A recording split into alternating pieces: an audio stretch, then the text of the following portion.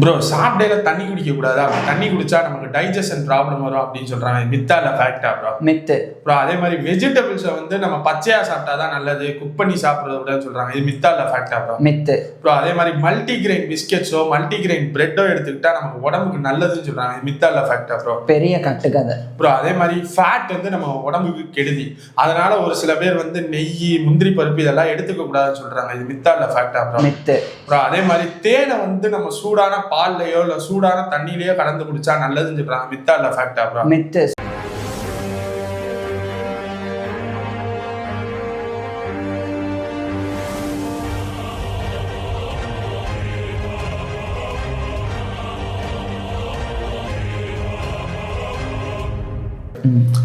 ஒரு மனுஷனுக்கு சாப்பாடு எவ்வளவு முக்கியம்னு எல்லாத்துக்குமே தெரியும். பட் அந்த சாப்பாட்டுல இது முக்கியம் இல்லை, இது முக்கியம், இதை சாப்பிடாத, இதை சாப்பிடக்கூடாது அப்படின்ட்டு நிறைய பேர் நிறைய விஷயங்கள் சொல்றாங்க ப்ரோ. அதுல ஒரு டாப் 5 கொஸ்டின்ஸ் நான் எடுத்துட்டு வந்திருக்கேன். அதுல மித்து எது ஃபேக்ட் எதுன்னு எனக்கு சொல்லுங்க ப்ரோ. ஃபர்ஸ்ட், நம்ம சாப்பிடையில தண்ணி குடிக்க கூடாது, சாப்பிட்டதுக்கு அப்புறமே உடனே தண்ணி குடிக்க கூடாதுன்னு சொல்றாங்க. இது மித்தா இல்ல ஃபேக்டா ப்ரோ? இது நிறைய பேர் நம்பக்கூடிய ஒரு மித்து. ஏன்னா நிறைய பேர் என்ன நினைக்கிறாங்கன்னா, நம்ம சாப்பிடும்போது தண்ணி குடிச்சாலோ அல்லது சாப்பிட்டு முடிச்ச உடனே தண்ணி குடிச்சாலோ நம்மளுடைய ஸ்டொமக் ஆசிட்டை வந்து தண்ணி டைல்யூட் பண்ணிரும் அப்படின்னு நினைக்கிறாங்க. அது நடக்கவே நடக்காது. ஏன்னா இப்ப நம்ம சாப்பிட்ட உடனே அந்த உணவை செரிமானம் பண்றதுக்கு சுரக்கக்கூடிய ஹைட்ரோகுளோரிக் ஆசிட், அதுதான் ஸ்டொமக் ஆசிட், அதனுடைய pH லெவல் வந்து 1ல இருந்து 2 அப்படின்ற லெவல்ல இருக்கு. ஆனா அதுவே தண்ணியோடைய, நம்ம குடிக்கக்கூடிய தண்ணியினுடைய pH லெவல் வந்து 7. இந்த 7 அப்படின்ற pH லெவல் கொண்ட வாட்டர் ஹைட்ரோகுளோரிக் ஆசிட்டை வந்து அவ்வளவு சீக்கிரம் டைல்யூட் பண்ணிட முடியாது. இது ஒண்ணு. இப்ப ஹைட்ரோகுளோரிக் ஆசிட் நம்ம வயிற்றுல சுரக்கக்கூடிய அந்த அமிலத்தை நீர்த்து போக செய்யணும்னா கிட்டத்தட்ட 5 லிட்டர் தண்ணியை ஒரே நேரத்துல குடிக்கணும். அவ்வளவு குடிக்க முடியுமா? முடியாது. நம்ம சாப்பிடும் போது கொஞ்சம் தண்ணி குடிப்போம், சாப்பிட்டு முடிச்ச உடனேவும் கொஞ்சம் தண்ணி தான் குடிக்க போறோம், அதிகமா குடிக்க போறது இல்லை. அப்ப இது எந்த விதத்திலையும் பாதிப்பை ஏற்படுத்தாது. இன்ஃபேக்ட் சொல்ல போனா சாப்பிடும் போதோ அல்லது சாப்பிட்ட உடனடியாகவும் நம்ம தண்ணி குடிக்கிறது நம்மளுடைய செரிமானத்துக்கு உதவியாதான் இருக்கும். எப்படின்றத சொல்றேன். பொதுவா இப்ப நம்ம வந்து சாப்பிடும் போதே நம்மளுடைய வாயில இருந்தே அதை செரிமானம் ஆரம்பிக்கும், கேள்விப்பட்டிருப்பீங்க. அது காரணம் அமிலேஸ் என்சைம் அப்படின்ற ஒரு நொதி தான். அது வந்து செரிக்க ஆரம்பிக்கும். அதுக்கப்புறம் நம்ம அந்த ஒரு உமிழ்நீரோட அந்த சாப்பாடை வந்து முழுகிறோம், அது வயிற்றுக்கு போகுது. வயிற்றுக்கு போன உடனே தான் அந்த ஹைட்ரோகுளோரிக் ஆசிட் ஆனது சுரக்கும். அதுதான் வந்து நம்ம சாப்பிட்ட உணவில் இருக்கக்கூடிய புரதத்தை வந்து எடுக்க ஆரம்பிக்கும், மிச்ச உணவுகளை வந்து செரிச்சு குடலுக்கு வந்து தள்ளும். இப்ப இந்த ஸ்டமக் ஆசிட் வந்து நம்மளுடைய வயிற்றுல சுரந்து அது வந்து நம்மளுடைய உணவை செரிமானம் பண்ணும்போது நம்ம அதிகமா தண்ணி குடிச்சு அந்த நீர்த்து போக வைக்கிறோம் அப்படின்னா உடனடியா நம்ம மூளை வந்து ஒரு சிக்னலை கொடுக்கும். அதுதான் வந்து கேஸ்ட்ரின் அப்படின்ற ஹார்மோன். அது மறுபடியும் ஸ்டமக் ஆசிட் வந்து அதிகமா தான் வயிற்றுல சுரக்கும். இதனால தண்ணி எவ்வளவு குடிச்சாலும் அந்த ஆசிட்டை வந்து ஒன்றும் பண்ண முடியாது. இது ஒண்ணு. இன்னொன்னு, வயிற்றுல இருக்கக்கூடிய சில என்சைம்ஸ் வந்து ஃப்ளூயிட் மீடியம் தான் வந்து யூஸ் பண்ணும். அதாவது ஒரு படகுக்கு எப்படி தண்ணி வந்து ஒரு மீடியமோ, ஒரு சத்தம் வந்து நம்ம கேட்கறதுக்கு காத்து எப்படி மீடியமோ, அந்த மாதிரி தான் சில என்சைம்ஸுக்கு ஃப்ளூயிட் தான் மீடியம், அதாவது திரவம் தான் மீடியம். அப்ப அந்த என்சைம்ஸ் வந்து உணவை உடைச்சு இன்னும் நல்லா செரிமானம் பண்ணணும்னா நல்லா தண்ணி குடிக்கணும். நல்லா தண்ணி குடிச்சு நிறைய திரவம் இருந்தா அது இன்னும் சூப்பரா வந்து வேலை பார்க்கும். அதன் மூலமா செரிமானம் இன்னும் வேகமா நடக்கும். இன்னும் குறிப்பா ஒரு விஷயம் சொல்றேன். நம்ம குடிக்கக்கூடிய தண்ணி வந்து நம்மளுடைய வயிற்றுல வெறும் 10ல இருந்து 20 நிமிஷம் தான் இருக்கும், அதுக்கப்புறம் குடலுக்கு போயிடும். ஆனா அதுவே நம்ம சாப்பிடக்கூடிய உணவானது வயிற்றுல கிட்டத்தட்ட 2ல இருந்து 4 மணி நேரம் வரைக்கும் இருக்கும், அங்கே இருந்து செரிமானம் ஆகும். அப்ப யோசிச்சு பாருங்க, வெறும் 10ல இருந்து 20 நிமிஷம் வரைக்குமே இருக்கக்கூடிய தண்ணினால 2ல இருந்து 4 மணி நேரம் நடக்கக்கூடிய செரிமானத்தை தடுக்க முடியுமா? முடியாது. அதுக்கு மாற அதுக்கு உதவி வேணா செய்ய முடியும். இது மட்டும் இல்லாம இன்னும் கூடுதலா இதுல வந்து நிறைய விஷயங்கள் சொல்லலாம். உதாரணத்துக்கு இப்ப நம்ம ஜூஸ் குடிக்கிறோம், ஜூஸ்ல தண்ணி தான் ஜாஸ்தி இருக்கு. அப்ப ஜூஸ் குடிச்சா செரிமானம் ஆகாதா? அதை கூட விடுங்க. சின்ன சின்ன குழந்தைங்களுக்கு பால் தான் வந்து உணவு, தாய்ப்பால் தான். பால்ல அதிகமா தண்ணி தான் இருக்கு. அப்ப பால் குடிச்சா செரிமானம் ஆகாதா? அதனால இது வந்து ரொம்ப நிறைய பேர் நம்பக்கூடிய ஒரு மித்து. இது உண்மையே கிடையாது. டாக்டர்ஸே நிறைய பேர் வந்து இதை தப்பா புரிஞ்சுட்டு சொல்றாங்க. உண்மை என்னன்னா, சாப்பிடும்போது விக்குது அல்லது சாப்பிடும்போது ரொம்ப காரமா இருக்குன்னா தண்ணி குடிக்கிறது ரொம்ப நல்லதுதான். அது மட்டும் இல்லாம சாப்பிட்ட உடனே தண்ணி குடிக்க கூடாது அப்படின்னு வெயிட் பண்ணாதீங்க. உங்களுக்கு தண்ணி குடிக்கணும்னு தோணினா குடிச்சிடுறது இன்னும் நல்லது. அது எல்லாத்தையும் கடந்து நம்ம வந்து அதிகமா சாப்பிடாம தடுக்கிறதுக்கும் இந்த தண்ணி குடிக்கிறது உதவியா இருக்கும். நீங்க கேள்விப்பட்டிருப்பீங்க. நான் கேட்க வந்தேன், தண்ணி குடிக்கிறதுனால நம்ம வந்து அதிகமா சாப்பிட முடியாதுன்னா எங்க அப்பா எல்லாம் என்னை சொல்லி வளர்த்துருக்காங்க. அது அதனாலதான் தண்ணி குடிக்க கூடாதா? அதனாலதான் தண்ணி குடிக்க கூடாதா அப்படின்லாம் இல்லை. நீங்க ஒரு பழமொழி கேள்விப்பட்டிருக்கீங்களா? சாப்பிடும்போது ஒரு விஷயம் சொல்லுவாங்க, பாதி வயிறு சாப்பாடு, கா வயிறு தண்ணி, கா வயிறு காலியா இருக்கணும் அப்படின்னு. இதை ஏன் சொல்றாங்க? நீங்க தண்ணி குடிச்சு அதுக்கப்புறம் சாப்பிடுறது, சாப்பிட்டுட்டு இருக்கும்போது தண்ணி குடிக்கிறது, சாப்பிட்டு முடிச்சதுக்கு அப்புறம் தண்ணி குடிக்கிறதுலாம் உங்களுக்கு போதும் அப்படின்ற உணர்வை கொடுக்கும். அப்ப தேவையில்லாம அளவுக்கு அதிகமா சாப்பிடுறது தடுக்கப்படும். அளவுக்கு அதிகமா சாப்பிடுறது தடுக்கப்படும் போது தேவையில்லாத கொழுப்பு உடம்புல சேர்றதும் தவிர்க்கப்படும். அதன் மூலமா நீங்க வந்து ரொம்ப குண்டாகாமலும் இருக்கலாம். அப்ப ஏற்கனவே குண்டா இருக்கிறவங்க, ஒல்லி ஆகணும்னு விரும்புறவங்க வந்து சாப்பிட்டு முடிச்ச உடனடியா தண்ணி குடிக்கிறது ரொம்ப நல்லதுதான். இன்ஃபேக்ட் சொல்ல போனா இன்னைக்கு நிறைய ரிசர்ச் வந்து காட்டுறது என்னன்னா, ஒல்லி ஆகணும்னு ட்ரை பண்றவங்க சாப்பிடுறதுக்கு 20 நிமிஷம் முன்னாடி தண்ணி குடிக்கலாம். குடிச்சிட்டு 20 நிமிஷம் கழிச்சு சாப்பிடும் போது அதிகமா சாப்பிட முடியாது, தேவையான அளவு மட்டும்தான் உள்ள இறங்கணும். செகண்ட் ப்ரோ, காய்கறிகள்ல வந்து நமக்கு எல்லாமே தெரியும், காய்கறிகள் வந்து உடம்புக்கு நல்லது அப்படின்ட்டு. பட் அதை எடுத்துக்கிற விதத்திலையுமே ஒரு சில பேர் சொல்றாங்க, காய்கறியை வந்து நம்ம பச்சை காய்கறியா எடுத்துக்கிட்டாதான் உடம்புக்கு நல்லது, சமைச்சு சாப்பிடுறது விட சொல்றாங்க. இது என்ன ப்ரோ, மித்தா இல்ல ஃபேக்டா ப்ரோ? இது மித்து. ஏன் மித்து அப்படின்றத சொல்றேன். சில காய்கறிகள் இருக்கு, உதாரணத்துக்கு தக்காளி, அதுக்கப்புறம் கேரட், உருளைக்கிழங்கு, இது போன்ற காய்கறிகள் எல்லாம் சமைக்காம சாப்பிடுறத விட சமைச்சு சாப்பிட்டாதான் ரொம்ப நல்லது. கேரட், பச்சை கேரட் தானே ப்ரோ நல்லதுன்னு சொல்லுவாங்க. இல்ல அது வந்து மித்து. ஏன் அப்படின்றத சொல்றேன். கேரட்ல வந்து பீட்டா கேரட்டின் அப்படின்ற ஒரு வகையான சத்து இருக்கு. இந்த பீட்டா கேரட்டின்னா விட்டமின் ஏ உடைய ப்ரீகசர். அதாவது இந்த பீட்டா கேரட்டின் நம்ம சாப்பிடும்போது அதுதான் வந்து விட்டமின் ஏவா மாறுது. நம்மளுடைய கண்ணுக்கு இதுதான் நல்லது. இப்போ இந்த பீட்டா கேரட்டின் வந்து கேரட்டோடைய செல் சுவர்களுக்குள்ள இருக்கும். இப்ப அந்த செல் சுவர்கள், கேரட்டினுடைய செல் சுவர்கள், செல் வால்ஸ் வந்து ரொம்ப கடினமா இருக்கும். அப்படி கடினமா இருக்கிறனால நம்ம சும்மா சாப்பிட்டு மென்னு அதை வந்து முழுங்கணும் அப்படின்னா அந்த செல் சுவர்கள் முழுசா உடையாது. அதனால இந்த பீட்டா கேரட்டினுடைய அளவு நமக்கு கம்மியா தான் கிடைக்கும். உதாரணத்துக்கு இப்ப 100% இருக்கக்கூடிய இந்த பீட்டா கேரட்டின் வந்து வெறும் 3-5% தான் கிடைக்கும். பச்சையா சாப்பிட்டா வெறும் 5% தான் அதிகபட்சம் கிடைக்கும். இப்ப அதே கேரட்டை வந்து நீங்க அவிச்சோ அல்லது சமைச்சோ சாப்பிடும்போது அந்த செல் சுவர்களானது தானாவே உடைஞ்சிரும். அப்ப அதுக்குள்ள இருக்கக்கூடிய பீட்டா கேரட்டின் வந்து வேகமா நம்மளுடைய உடம்புல வந்து அப்சர்வ் ஆகும், பயோ அவைலபிலிட்டி வந்து அதிகமாகும். அப்ப கிட்டத்தட்ட அதுல இருக்கக்கூடிய சத்துல 30-40% வந்து கிடைக்கும். யோசிச்சு பாருங்க, வெறும் 3-5% எங்க இருக்கு, 30-40 எங்க இருக்கு. அப்ப பச்சை கேரட்டா சாப்பிடும் போது அந்த பீட்டா கேரட்டினுடைய அளவு 3-5% தான் நமக்கு கிடைக்கும். அதுவே வந்து சமைச்சு சாப்பிட்டா 30-40% வரைக்கும் கிடைக்கும். அப்ப சமைச்சு சாப்பிடும் போது சமைக்காம சாப்பிட்றத விட 8-10 மடங்கு அதிகமான பீட்டா கேரட்டின் கிடைக்கும். அதன் மூலமா விட்டமின் ஏ நம்மளுடைய உடம்புக்கு அதிகமா கிடைக்கும். அதே மாதிரி நீங்க டொமேட்டோ, தக்காளியை எடுத்துக்கிட்டா அதுல வந்து லிகோபின் அப்படின்ற ஒரு வகையான ஆன்டி ஆக்சிடென்ட் இருக்கு. இதை வந்து சமைக்காம சாப்பிட்டா கம்மியா தான் கிடைக்கும். ஏன்னா தக்காளியினுடைய செல் சுவர்களும் கடினமா தான் இருக்கும்.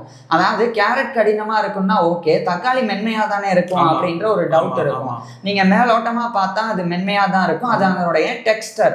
அதாவது நான் சொல்றது என்னன்னா, தக்காளியினுடைய சின்ன சின்ன உயிரணுக்கள், அந்த செல்கள், அது வந்து ரொம்ப கடினமா தான் இருக்கும் அதனுடைய செல் சுவர்கள். ஸோ அதையும் நம்ம வெப்பப்படுத்தாம சும்மா வந்து சாப்பிடும்போது அதுல இருக்கக்கூடிய லிகோபினுடைய அளவு வந்து நமக்கு 10-15% தான் கிடைக்கும். அப்ப தக்காளியை சமைக்காம சாப்பிட்றத விட சமைச்சு சாப்பிடும் போது அதுல கிடைக்கக்கூடிய லிகோபினுடைய அளவு கிட்டத்தட்ட 3-4 மடங்கு ஜாஸ்தி. இன்னொரு முக்கியமான விஷயம் என்னன்னா, இந்த லிகோபின் ஆனது நம்மளுடைய இருதயத்துக்கு ரொம்ப அவசியமானது. எந்த அளவுக்குன்னா, நம்ம தேவையில்லாத கொழுப்புகள்ல வந்து அதிகமா எடுத்துக்கும் போது அது இதயத்தினுடைய ரத்த குழாய்கள்ல அடைப்பை ஏற்படுத்தும். அந்த அடைப்பை தடுக்கிறதுக்கு இந்த லிகோபின் அப்படின்ற ஆன்டி ஆக்சிடென்ட் வந்து ரொம்ப உதவியா இருக்கு. ஸோ இந்த லிகோபின் அளவு நமக்கு ஜாஸ்தி கிடைக்கணும். அது மட்டும் இல்லாம சமைக்காத தக்காளியில லிகோபின் வந்து டிரான்ஸ் ஐசோமரா இருக்கும். அதுவே சமைச்ச தக்காளியில தான் லிகோபின் ஆனது சிஸ் ஐசோமரா இருக்கும். அதனாலதான் இந்த தக்காளி, அதே மாதிரி கேரட், உருளைக்கிழங்கு இது போன்ற உணவுகளை சமைச்சு சாப்பிட்றது தான் ரொம்ப நல்லது. ஆனா சில காய்கறிகளை சமைக்காம சாப்பிடணும் அப்படின்னு இருக்கு.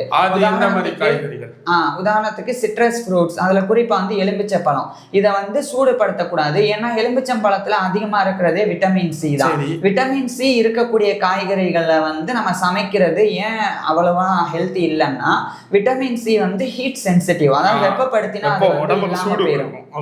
அதனால விட்டமின் சி உள்ள காய்கறிகளை மட்டும் சமைக்கிறது தவிர்க்கலாம். உதாரணத்துக்கு அதனாலதான் நம்மளுடைய முன்னோர்கள் அந்த காலத்துல இருந்து இந்த எலும்பிச்சை சாதம், லெமன் சாதம் செய்யும் போது சாதத்தை வந்து வெள்ளை சாதத்தை வந்து சூடா இருக்கும்போது இறக்கி வச்சுட்டு அந்த சூடு குறைஞ்சதுக்கு அப்புறம் அந்த லெமனை பிழிஞ்சு விடுவாங்க.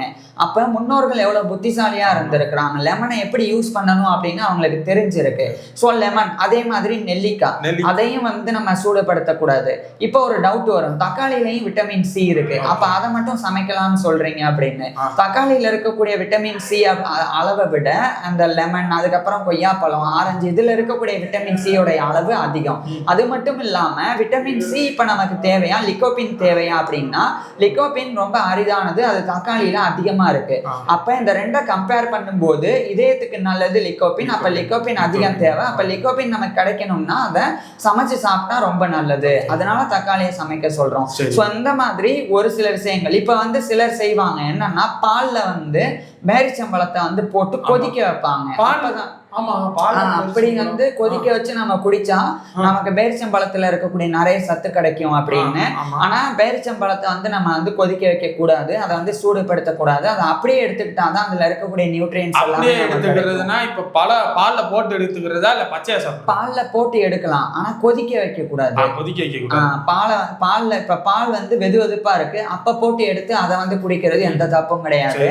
அதே மாதிரிதான் உலர் திராட்சையும் கூட, அதையும் வந்து சூடுபடுத்த கூடாது. மேக்சிமம் இருக்கக்கூடிய காய்கறிகளை வந்து சமைச்சு சாப்பிட்டாதான் ரொம்ப நல்லது.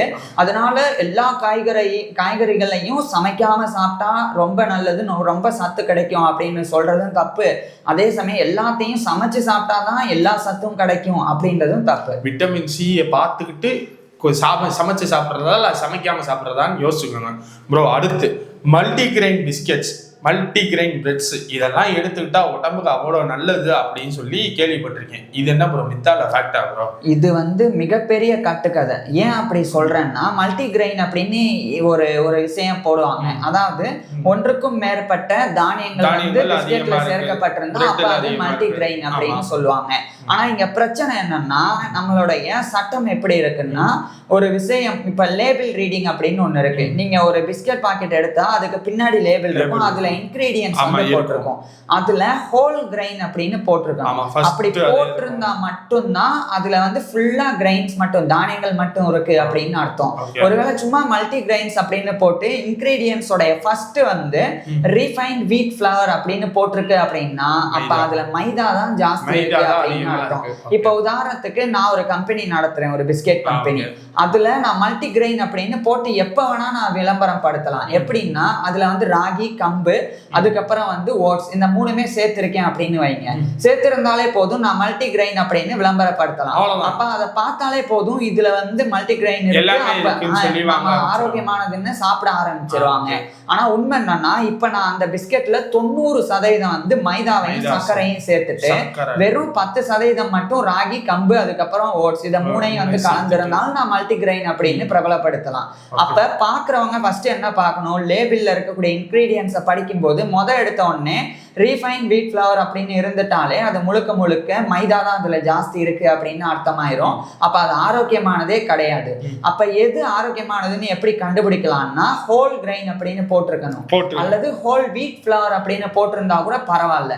அப்படி இருந்தா கூட அதை நம்ம வந்து எடுத்துக்கலாம். ஆனா மேக்சிமம் நம்ம வந்து ப்ராசஸ் பண்ணக்கூடிய உணவுகள் வந்து ஹெல்த்தியே கிடையாது. அதனால ஒருவேளை சாப்பிடணும் அப்படின்னு ஆசை வருது அப்படின்னா ஹோல் கிரெயின் அப்படின்னு போட்டிருக்கிறத வாங்கலாம். அல்லது இந்த மல்டி கிரெயின் போட்டிருந்தா ஆரோக்கியம் அப்படின்னு எடுத்துக்கிறது உங்களுடைய ஹெல்த் தான் வந்து ஸ்பாயில் ஆகும். அதை வந்து எடுத்துக்க வேணாம், அது வந்து மார்க்கெட்டிங் டாக்டிக்ஸ் தான் ப்ரோ. இப்போ நம்ம ஓகே ஒரு எப்படி சொல்றதுன்னா, அடல்ட் பிஸ்கெட்ல அப்படி இருக்கும் ஓகே. இப்போ கிட்ஸ் பிஸ்கெட்டுக்கு வருவோம்.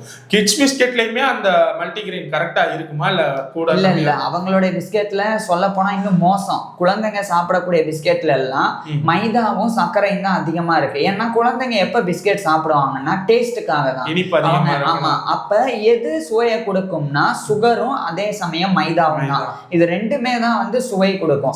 இது ரெண்டுமே இல்லாம உதாரணத்துக்கு சுகர் இருக்கு ஆனா மைதா இல்ல, மத்த தானியங்கள் இருக்குன்னா அது கொஞ்சம் கசப்பு தன்மை கொடுக்கும், கொஞ்சம் கடினமா இருக்கும், குழந்தைங்க சாப்பிட மாட்டாங்க.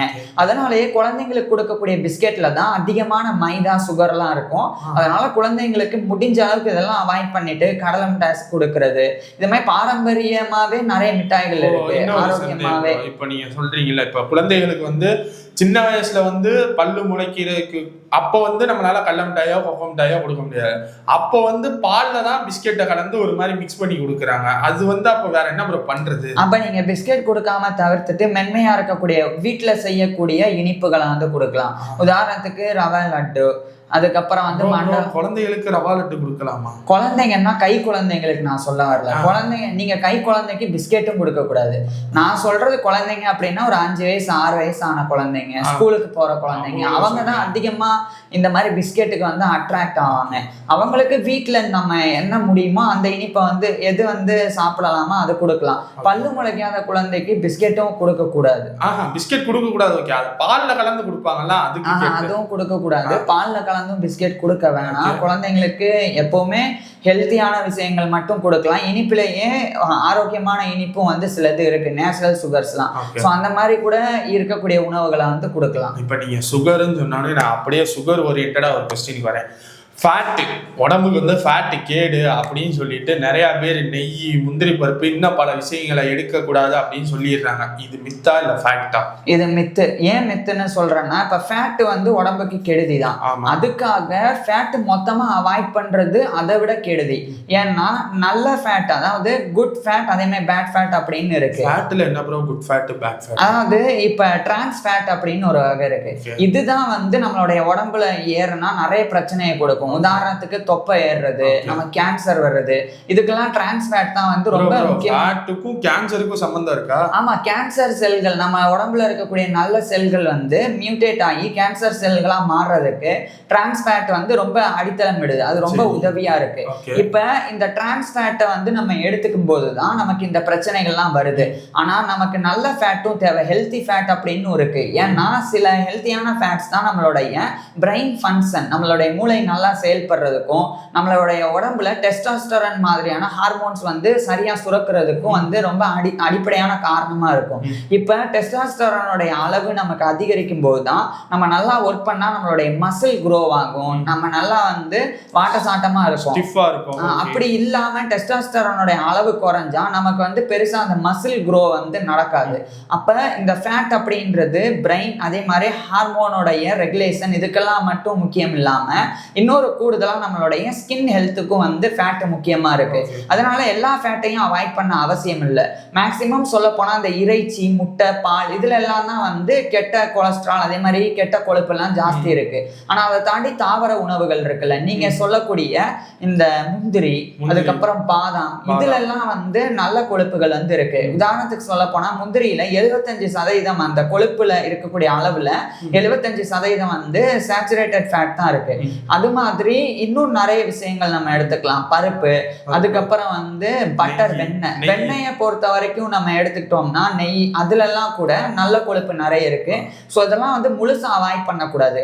யாரும் முழுசா அவாய்ட் பண்ணலாம்னா ஏற்கனவே உடல் எடை ஜாஸ்தி இருக்கு, அதே மாதிரி கொலஸ்ட்ரால் வந்து ரொம்ப ஜாஸ்தி இருக்கு, இதய பாதிப்பு இருக்கு, அவங்க வந்து ஓரளவுக்கு இதை வந்து எடுத்துக்கிறத குறைக்கலாம். ஆனா குறைஞ்சது ஒரு நாளைக்கு 4ல இருந்து 5 முந்திரி சாப்பிட்றாங்கன்னா அது எந்த விதத்துலையும் நமக்கு வந்து பாதிப்பை ஏற்படுத்தாது. ஓகே ப்ரோ இப்போ லாஸ்ட் இல்லை ப்ரோ, அதுக்கு முன்னாடி ஒரு கொஸ்டின். எப்படின்னா இப்போ தேன் எடுத்துக்கிறாங்க, நீங்கள் இனிப்புன்னு சொன்னதுனால நான் இப்படியே வந்துக்கிறேன். இன்னொன்று இப்போ இனிப்பில் ஒரு கேள்வி கேட்கணும் ப்ரோ. அப்போ இனிப்பு நம்ம சாப்பிட்டோம்னால நமக்கு ஃபேட் வருது இல்லை, அப்போ அது நல்ல ஃபேட்டா கெட்ட ஃபேட்டா? அது கெட்டது தான். நீங்க பொதுவாக கார்போஹைட்ரேட்ஸ், அதுக்கப்புறம் இந்த குளுக்கோஸ், இதுல இருந்து இது வந்து ஃபேட்டா மாறும்போது அது நேரடியா நம்மளுடைய உடம்புக்கு தேவையான அந்த பிரெயின் ஃபங்க்ஷனுக்கு, ஹார்மோன் ரெகுலேஷனுக்கு உதவாது. அதுக்கு மாறா அது போய் நம்மளுடைய உடம்புல அங்கங்க போய் டெபாசிட் ஆயிரும். இதுதான் டிரான்ஸ் ஃபேட் அப்படின்றது. டிரான்ஸ் ஃபேட்டோடைய வேலை என்னன்னா, இப்ப நீங்க அதிகமா சர்க்கரை சாப்பிட்றீங்க, உடம்பு ஃபுல்லா வந்து குளுக்கோஸ் ரத்தத்துல அதிகமா இருக்கு, இப்ப நீங்க தேவையான அளவுக்கு சுகர் வந்து யூஸ் பண்ணிட்டீங்க எனர்ஜியா, ஆனா அதுக்கு மேலேயும் அதிகமாவே ரத்தத்துல ரத்தத்துல அந்த குளுக்கோஸ் இருக்குன்னா அது கொஞ்சம் கொஞ்சமா வந்து நம்மளுடைய இன்சுலின் வந்து அதுக்கு வந்து இந்த மாதிரி அதிகமாக ரத்தத்துல குளுக்கோஸ் இருக்குன்ற சிக்னல் கொடுத்த உடனே நம்மளுடைய கல்லீரல் செல் வந்து அந்த குளுக்கோஸை கிளைகோஜனா மாற்றும். அது மாற்றி கல்லீரல் அதுக்கப்புறம் தசைகள் இதுல எல்லாம் கிளைகோஜன் சேமிக்கப்பட்ட பிறகும் இன்னும் ஜாஸ்தி இருக்கு அப்படின்னா அந்த குளுக்கோஸ் தான் வந்து ஃபேட்டா மாறி அது வயிற்றுடைய சைட்ல அதாவது இடுப்பு பகுதியிலலாம் போய் சேர்ந்துரும். அதுதான் பெல்லி ஃபேட்டா மாறுது. அது எந்த விதத்துலையும் நம்மளுடைய உடம்புக்கு நல்லதே கிடையாது. ஓகே ப்ரோ இப்போ இனிப்புலே இன்னொரு இனிப்பு, அதாவது தேனை வந்து நான் வந்து சூடான பால்லையோ இல்லை சூடான தண்ணியிலையோ நான் கலந்து குடிச்சேன்னா எனக்கு உடம்புக்கு நல்லதுன்னு சொல்லி கேள்விப்பட்டிருக்கேன். இது மித்து. ஏன் மித்துன்றத சொல்றேன். பொதுவா தேனை வந்து 40 டிகிரி செல்சியஸுக்கு மேல சூடுபடுத்தவே கூடாது. அப்படி சூடுபடுத்தினா அது வந்து ஹைட்ராக்சி மெத்தில் ஃபர்ஃபரல் அதாவது HMF அப்படின்ற ஒரு நச்சுத்தன்மையா மாறிடும். இது வந்து உடம்புக்கு கேடு அப்படின்னு ஆயுர்வேதத்திலே அதாவது ட்ரெடிஷ்னல் விஸ்டம்லயே இருக்கு. எப்படின்னா இப்ப தேனை பொறுத்த வரைக்கும் அதுல அதிகமான நிறைய ஆன்டி ஆக்சிடென்ட் மாதிரியான சத்துக்கள் எல்லாம் இருக்கு. அதை வந்து நீங்க வெதுவெதுப்பான தண்ணியில எடுத்துக்கலாம். அதாவது தண்ணியை கொதிக்க வச்சுட்டு இறக்கி வச்சுட்டு அது ஓரளவுக்கு வெதுவெதுப்பாயிருச்சு, அது அவ்வளவு சூடு இல்லை, 40 டிகிரிக்கு கீழே தான் இருக்கு, அதுல வந்து கலக்கலாம். ஆனா அதுக்கு மாற 40 டிகிரிக்கு மேல இருக்கக்கூடிய சூட்டுல வந்து தேனை கலந்தா அது வந்து HMF அப்படின்ற நச்சுத்தன்மையை வந்து கொடுக்கும். அது வந்து தொடர்ச்சியா நம்ம எடுத்துட்டே இருந்தோம்னா நம்மளுடைய உடம்புக்கு கேடு. நிறைய பேர் என்ன நினைக்கிறாங்கன்னா சூடான தண்ணியில தேனை கலந்து அல்லது சூடான பால்ல தேனை கலந்து குடிச்சா நம்ம வந்து ஒல்லியாகும். அது ரொம்ப ரொம்ப தப்பு. அது பண்ணவே கூடாது. அதுக்கு மாறா வெதுவெதுப்பா இருக்கக்கூடிய தண்ணியில தேனை கலந்து காலங்காத்தால குடிச்சா ஒரு விஷயம் நடக்கும். என்னன்னா ஒண்ணு நம்மளுடைய உடம்புல சுடு தண்ணி வந்து குடிக்கும் போது மெட்டபாலிசம் வந்து பூஸ்டப் ஆகும், நம்மளுடைய செரிமானம்லாம் வேகமா நடக்க ஆரம்பிக்கும். இன்னொன்னு என்னன்னா அந்த தேன் வந்து நமக்கு அதிகமான எனர்ஜியை கொடுக்கும். இதனால இப்படி தேனை குடிக்கலாமே ஒழிய நம்மளுடைய உடம்பு குறையும் அப்படின்னு சொல்லி சூடான தண்ணியில தேனை கலக்கிறது தப்பு. சூடான அப்படின்றத நான் 2 விதமா சொல்றேன். 40 டிகிரிக்கு மேல இருக்கிறது சூடு, அது கம்மியா இருக்கிறது வெதுவெதுப்பான தண்ணியில தேனை கலந்து குடிக்கலாம், அது ஒன்றும் தப்பு இல்லை. ஆனா 40 டிகிரிக்கு மேல இருக்கக்கூடிய தண்ணியில வந்து தேனை கலக்கிறது பால்ல தேனை கலக்கிறது வந்து அது நம்ம உடல் ஆரோக்கியத்துக்கு கேடுதான். ஓகே ப்ரோ கடைசி கொஸ்டின் ப்ரோ. ஒரு சில பேர் வந்து காய்கறி சாப்பிடவே மாட்டாங்க, அதுக்கு பதிலாக நான் கறி எடுத்துக்கிறேன், கறியிலேயே நான் காய்கறிக்கான சத்து இருக்கு அப்படின்னு சொல்லி கறி எடுத்துக்கிறாங்க. இந்த கறியில அந்த சத்து கிடைக்கும் அப்படின்னு சொல்றாங்களே, இது மித்தா இல்ல ஃபேக்டா? இது மித்து. இது வந்து அபாண்டமான பொய் அப்படின்னு சொல்லலாம். ஏன் அப்படின்றத சொல்றேன். பொதுவா காய்கறிகள்ல தான் ஃபைபர்ஸ் ஜாஸ்தி இருக்கு, நார்ச்சத்து. இந்த நார்ச்சத்து தான் உங்களுடைய சிறுகுடல் நல்லா செயல்படுறதுக்கு காரணமா இருக்கு. இப்போ நீங்க என்ன சாப்பிட்டாலும் நம்மளுடைய வயிற்றுல அந்த செரிமானம் நடக்கும். ஆனா வயிற்றுல செரிமானமான பிறகு அதுல இருக்கக்கூடிய சத்துக்களை நம்மளுடைய சிறுகுடல் தான் உறிஞ்சி நம்மளுடைய ரத்தத்துல கலக்கும். உதாரணத்துக்கு கால்சியம், விட்டமின் இதெல்லாம் வந்து நல்லா வந்து நம்மளுடைய உடம்பு கிடைக்கிறதுக்கு சிறுகுடல் நல்லா இயங்கணும். இப்ப சிறுகுடல் நல்லா இயங்கணும், நம்மளுடைய செரிமானம் ரொம்ப நல்லா நடக்கணும் அப்படின்னாலே அதுக்கு நார் சத்து ரொம்ப அவசியம். நார் சத்து வந்து காய்கறிகள்ல தான் அதிகமா இருக்கு. அதனால நீங்க சும்மா வெறும் கறியை மட்டும் சாப்பிட்டா ஃபைபர்ஸ் வந்து உங்களுக்கு கிடைக்காது. ஃபைபர்ஸ் வந்து கிடைக்காம போகும்போது உங்களுடைய செரிமானம் பாதிக்கப்படும். எப்பவுமே ஒரு மனுஷனுக்கு எப்ப செரிமானம் பாதிக்கப்படுதோ அப்பதான் அவனுடைய உடம்புல பல கோளாறு பல வியாதி வந்து வர ஆரம்பிக்கும். உதாரணத்துக்கு தேவையில்லாத கொழுப்பு சேர்ந்து ஒபிசிட்டி வர்றது, அதன் மூலமாவே டயபெட்டிஸ் ஆரம்பிக்கிறது, கேன்சர் வர்றது, இதெல்லாம் உதாரணத்துக்கு மலக்குடல் கேன்சர் வரும், மலக்குடல் புற்றுநோய். இதெல்லாம் வர்றதுக்கு காரணமே நம்மளுடைய செரிமானம் சரியா இல்லாம போய் மலம் வந்து நம்மளுடைய பெருங்குடல்லையே தங்கி போறதுதான். ஸோ அதெல்லாம் நடக்காம இருக்கணும்னா ஒரு விஷயம் செய்யலாம். அதாவது நான்வெஜ் எடுக்காம இருக்க முடியாது அப்படின்னு சொல்றவங்களுக்காக சொல்றேன். நான்வெஜ் எடுக்கும் போதே கூடவே சேர்ந்து காய்கறிகளையும் சேர்த்து எடுத்துக்கோங்க. அப்படி சேர்த்து எடுக்கும்போது அந்த இறைச்சியில இருக்கக்கூடிய புரோட்டீன்ஸும் உங்களுக்கு கிடைக்கும், அதே சமயம் சில விட்டமின்ஸும் கிடைக்கும், அதே சமயம் காய்கறியில இருக்கக்கூடிய நார் சத்தும் உங்களுக்கு கிடைச்சிரும். அப்ப செரிமானத்துல பெருசா பாதிப்பு ஏற்படாது. ஓகே, இந்த வீடியோல ஃபுட்டை பத்தி நமக்கு டாப் 5 கொஸ்டின்ஸ்லாம் நம்ம கேட்டிருந்தோம். இதுல உங்களுக்கு ஏதாச்சும் கொஸ்டின்ஸ் இருந்துச்சுன்னா கீழே கமெண்ட் பண்ணுங்க. இல்ல இதெல்லாம் கரெக்டா இருந்துச்சுன்னா அடுத்த வீடியோல எபிசோட் 2 வர்றோம். தேங்க்யூ.